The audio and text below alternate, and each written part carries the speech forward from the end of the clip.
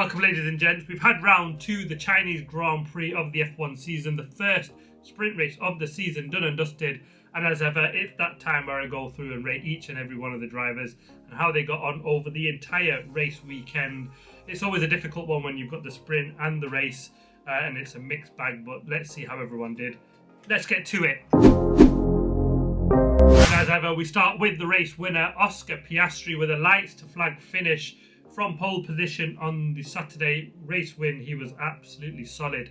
He just looked unstoppable this weekend. He's had a pretty solid sprint race also, where he was lined up in third and then came home in second. He'll be a bit disappointed with that one because he had the car underneath him to be on pole position. Didn't quite get that right. In the race, he got stuck a little bit too long behind Max Verstappen. Had he got past him 6 or 7 laps earlier, the tyres might have been in better shape for him to try and put some pressure on Lewis Hamilton, who won that one. But other than that, the only blip of the season, his race weekend, was the sprint qualifying really, which set him back. But he recovered well to take home second place, and for qualifying he just looked on it, unstoppable. In the race he just didn't put a foot wrong. He had Lando Norris over the back of him for much of the race, but just never really looked like he was going to give Lando Norris a sniff at this race victory at any point throughout that race. Yes, Norris got issues, so he kind of got away with having that pressure from his teammate at the end of the race, but he can only do what he did. Drove an immaculate lights to flag victory. You can't add anything more than that when you've got the car underneath you to do just that. It's a 10 out of 10 race weekend for Oscar Piastri. And then following up behind him in second place, his teammate Lando Norris. He had a mixture of a race weekend overall, didn't he? His sprint race was actually really poor. He qualified in 6th, dropped down to 8th. He was in no man's land really for much of that race, stuck behind the slower Stroll. When he eventually got past him, it was game up. He really struggled on that one. Come qualifying, well, he just couldn't quite get the job started in third. Not as good as Oscar at all. And then he came home in second place, kind of what you expected. Managed the gremlins well, though, you have to say, at the end with the brakes failing. Many a driver would have probably retired that car the way he had absolutely zero tyres, and to manage the way he did to the end. I think he actually did a really good of brake management throughout that race, because even Andrea Stella was saying that problem started quite a lot earlier and they were on it really early, and he managed it well to get that car to the end. They were sort of super proud of the job Norris did on that. But when you look at it where he started and finished to his teammate, he'll go home nothing but disappointed, won't he? Because it could be that Oscar Piastri is his main title rival. The McLaren early doors look like they've got the strongest car and he needs to make it count. But overall for this race weekend, I've given him an 8 out of 10. In third place with another podium position, George Russell. This guy is just absolutely brilliant at just maximising and optimising what he has. He does it so often, really puts that car in a position it should never be in. His qualifying lap was absolutely outstanding. To split the two McLaren just didn't look possible at all. To go 6/10 faster than he did in Q2 into Q3, that build-up was absolutely brilliant. Shows what an absolute phenomenal lap he pulled through on that one. And then in the race he was really comfortable in that third place, in fact, wasn't he? Not really had much on pressure on behind, didn't really have the place for the McLarens, although he did sort of big himself up to say, oh, we look good, our long runs look good, we could take the fight to the McLarens, but that never really materialised for him. In the sprint, he qualified in 5th, made a place up into 4th, probably the best he could have hoped for, considering everybody was really struggling with how much tyre wear there was for him on that one. But overall, I think you've got to say George Russell can go home with his weekend pretty happy. I've given him a 9 out of 10. In 4th place, the hunted Max Verstappen, the 4-time world champion, the target on his back all season, hasn't he, this time round? And for a first time in an absolute age, I've seen him get a bad start. Well, he actually had a decent start, but then from there into turn 1, just got a squiggle on and struggled from there onwards. The 2 Ferraris passed him, and then he just was absolutely nowhere till just after midpoint in the race, where he just sort of had this absolutely monstrous pace and he just came absolutely flying back.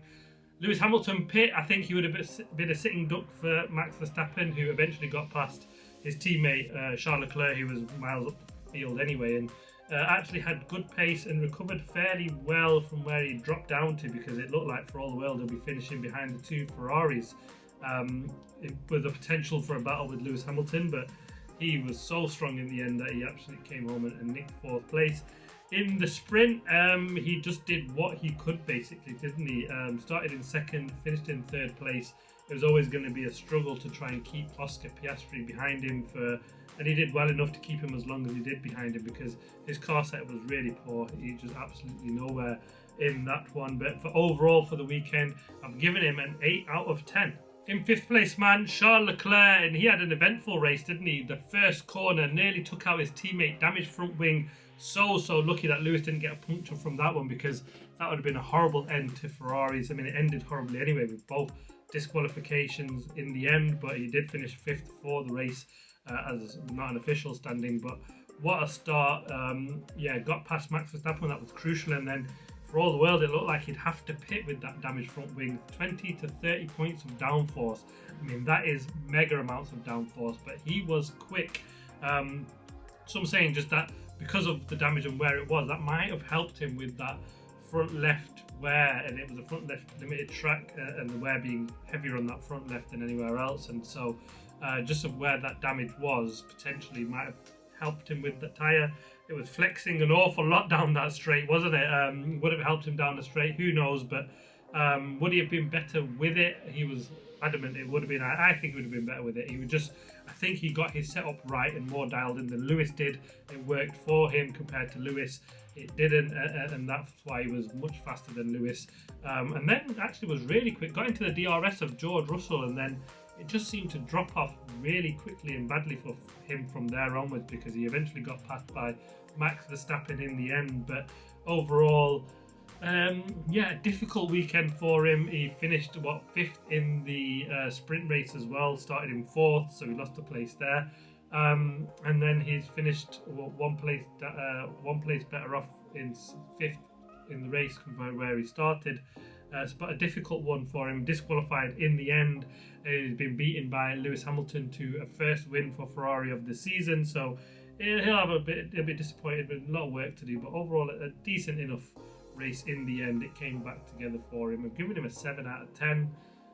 And then we get to the most difficult one, Lewis Hamilton, who's finished in 6th place, disqualified like his teammate. He started in 5th place.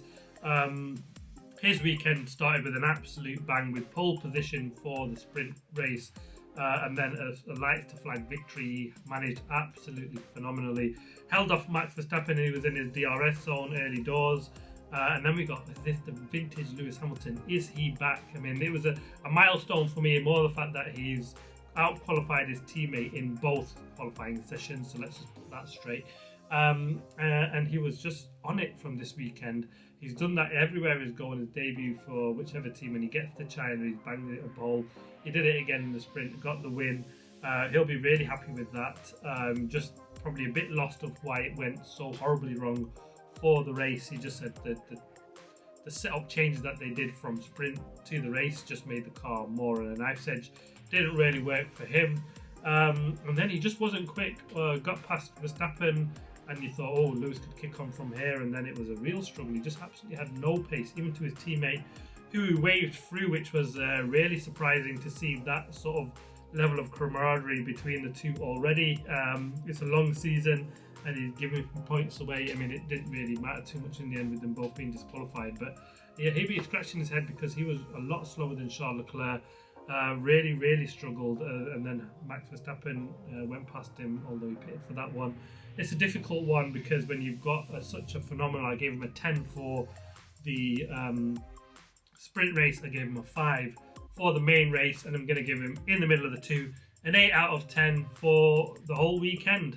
7th place man, Esteban Ocon. Yes, the Haas team were absolutely back. He was promoted up to 5th place after the 2 Ferraris got disqualified. And well, he had 2 mixed races in the sprint race. He was absolutely nowhere. Started in 18th, finished in 16th. I only gave him a 6 out of 10 for that race. Just expecting that Haas would be struggling and at the back, kind of what we saw in Australia. But come race day, they got strategy absolutely bang on. He drove brilliantly well, 45 laps on that hard in the end to just pull off that one stop, which was marked a really, really good, solid result. He'll be so happy with that because, you know, questions are like, where is this Haas team? And at early doors, they looked like they'd fallen behind the Alpines and he's just left them. And was it the right move? And it looked like the right move when we look at where Haas were at the end of that season. But this was a really good result for the Haas team, and especially for Aston Van Ocon after a difficult Australian Grand Prix. I mean, for this race, he started in 11th and finished in 5th in the end, so made up, 6 places. Can be over the moon with that. I've given him a 9 out of 10. 8th place man, Kimi Antonelli, and he had a so-so race weekend. In the sprint race, he started 7th, finished 7th behind Yuki Tsunoda. I was a bit disappointed with him. I thought he had the better car, or should have had the better car than him. To make a pass on him didn't just quite come off.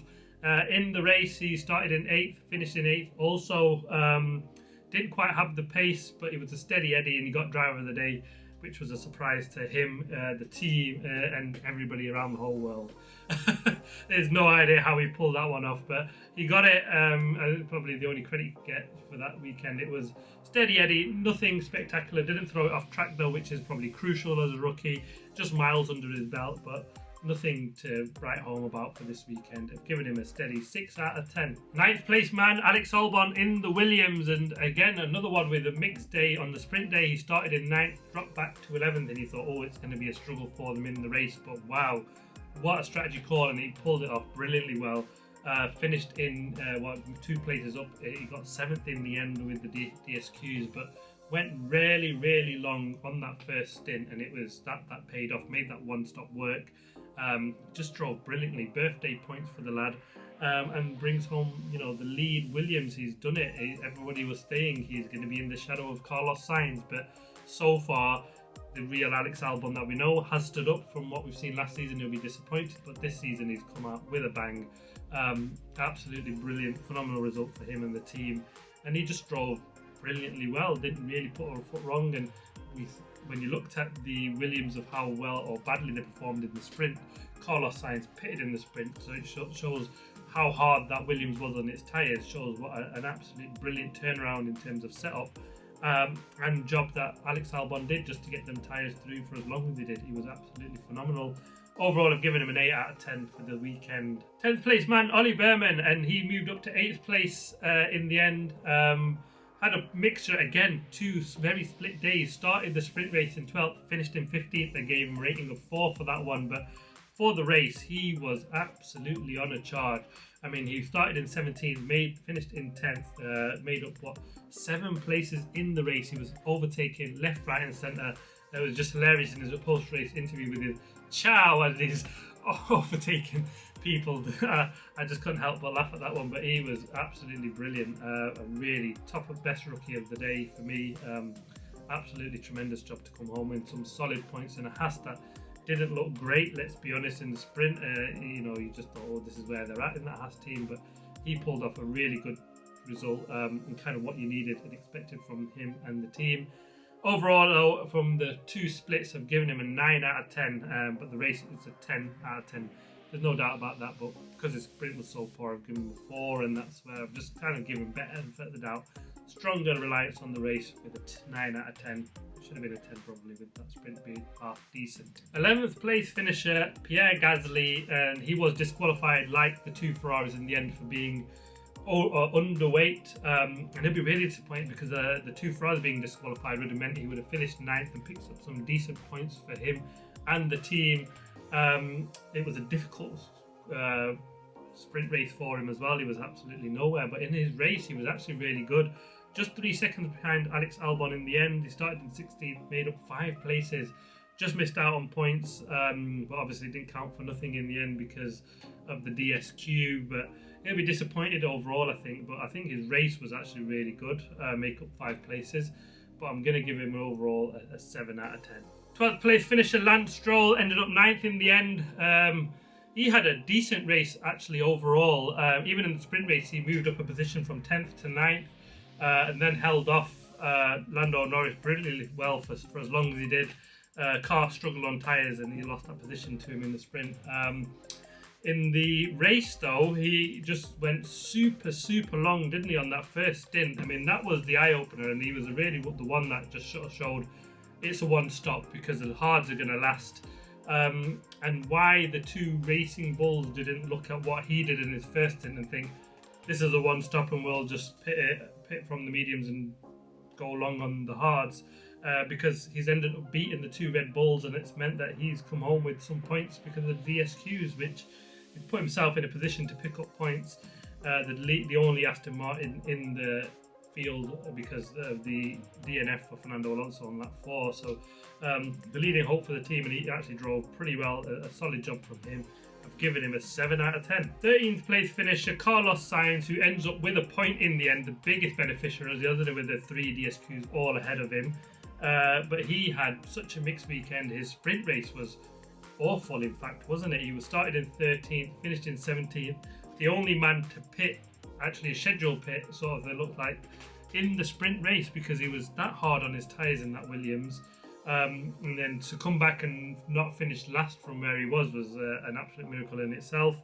I think it was helped massively by that daft Jack Doohan move, wasn't it, really? And then in the race, went long. He was much better actually on his tyres. Went long, but not as long as Alex Albon did. He made up a couple of places. He was on the right strategy to do that, but nothing spectacular from 15th to 14th when your teammates up there, 9th, 10th, finished in 7th in the end. Solid points. So overall, I was a little bit disappointed for Carlos Sainz, so I've given him a 4 out of 10 for this weekend. Isaac Hadjar finished in 14th place in the end. He had another one, a solid enough sprint race. He started in 15th, made up 2 places, finished in 13th. I gave him a 7 out of 10 for that. And then in the race, he just got shafted by the team with that 2-stop strategy. It just absolutely blew them away, where he was looking like some points could have been on for him. Then he came out second stop, and then he was just stuck behind Jack Doohan, had a titanic battle with him. Got ahead of him because Jack got that 10-second penalty for the running him off track, gaining an advantage, which was fair enough. But for the race, I've given him a 5 out of 10 just because they were absolutely nowhere. So averaging it, I'm giving him a 6 out of 10 for the weekend. Difficult for him because of the Red Bull strategy being all wrong. 15th place finisher Liam Lawson in the Red Bull, which should never have been there. He started from the pit lane in the end because they changed the car that much from sprint qualifying to the race. They were at last anyway, so they had nothing to lose, just to try and tame the ball and make it easy for him to drive. Did it really pay off? Probably not. He's beaten the 2 Racing Bulls who are on the wrong strategy, and just Alonso DNF. So not really spectacular. And is this his last drive in the Racing Bull or in the Red Bull? And he'll be back to the Racing Bulls, it looks like that, after 2 races. His qualifying was poor. He was absolutely nowhere. 19th in the sprint he qualified, finished in 14th. Again, that was better from him, but nothing spectacular. And Red Bull know that you need 2 guys fighting in for good points. He can't be that far back, and he can't be being beaten by the 2 Racing Bulls. That's not why they got him in there. Yes, they expected some teething problems, but I don't think they expected him to do as poorly as he has done. And that's it. He's given the boot, went for 2-stop strategy. He wasn't all over Isaac Hadjar either. When he pitted, he just absolutely made no progress in the race. I think it was just really disappointing, and I think it's the race craft as well as just not having the pace and the confidence in the car that's really made Red Bull jump and move him back and demote him after 2 races. For the sprint, I gave him a 2 out of 10. For the race, I only gave him a 1 out of 10. I was just so unimpressed with what he'd done in what the car should have been. Yes, he's going to struggle. We all talk about this, but you've got to just go in and do the job, and he's just not, unfortunately for him. And it's paid. It cost him dearly, hasn't it? He's lost his seat after 2 races. Not fully confirmed yet. Probably is by the time this video is out. But Liam Lawson, disappointing weekend for him. Next up, Jack Doohan, 16th place finisher, and he didn't do his chances of keeping that seat any good at all, did he? In that daft lunge in the sprint, which really cost him. He was running at the back anyway, but he went for the lunge and he just ended up absolutely nowhere. Plumb last. I gave him a 2 out of 10 for the sprint.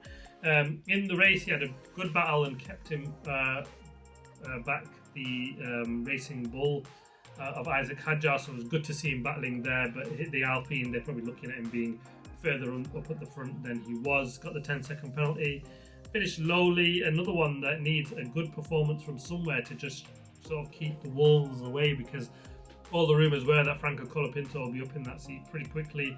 We've seen how ruthless Red Bull would be, and with Flavio Briatore, don't be messing about. He will be as ruthless as them, and he needs to pull out some decent performances to sort of keep that seat. So I've given him overall a 3 out of 10. 17th place finish for Gabby Bortoleto, and his race started or finished after the first lap, didn't he? Went for a spin, dropped himself way down, 17th, and then even in the sprint race, he got a bit done over by the do and dive, didn't he? Was 14th, finished 18th in the end.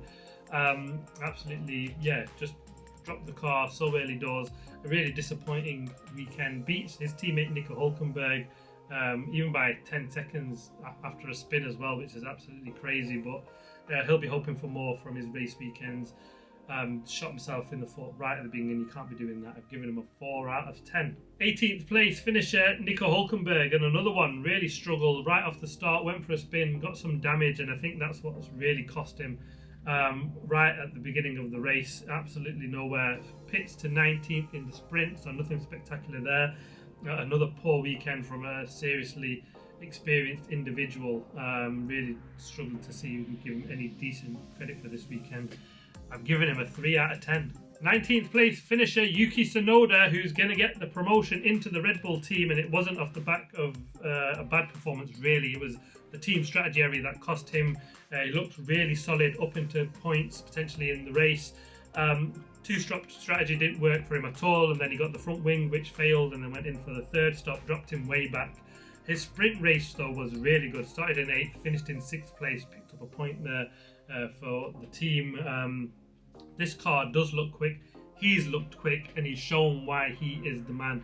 He was absolutely dominant in that sprint race, showing what a good guy he can be. Even in the first stint, he was driving really well, and then the strategy just absolutely shot him in the foot. I gave him a 10 out of 10 for the sprint. For the race though, I gave him a 5 out of 10, and so I'm just going to average it in the middle at a 7 out of 10 for Yuki Tsunoda for this weekend. Fernando Alonso, the only DNF, he just did 4 laps, no breaks, and he gave him no rating for that. But for the sprint, he started 11th, finished in 10th. He was just absolutely nowhere really, was he, in the end? A real struggle for Fernando Alonso. He's beaten by his teammate in the sprint as well. Not been the spectacular start for Fernando Alonso that we've kind of expected this season and what he needs. Rumours are that Max Verstappen is ready to say bye to Red Bull, and the big money offer at Aston Martin is waiting for him on the table. They've got Adrian Newey there. Big things expected for 26, and I really hope Fernando can just get back into the way Fernando that we know for the rest of the season and pull it off. But there we have it. Thanks for watching. Please like, subscribe, comment. As always, see you in the next one.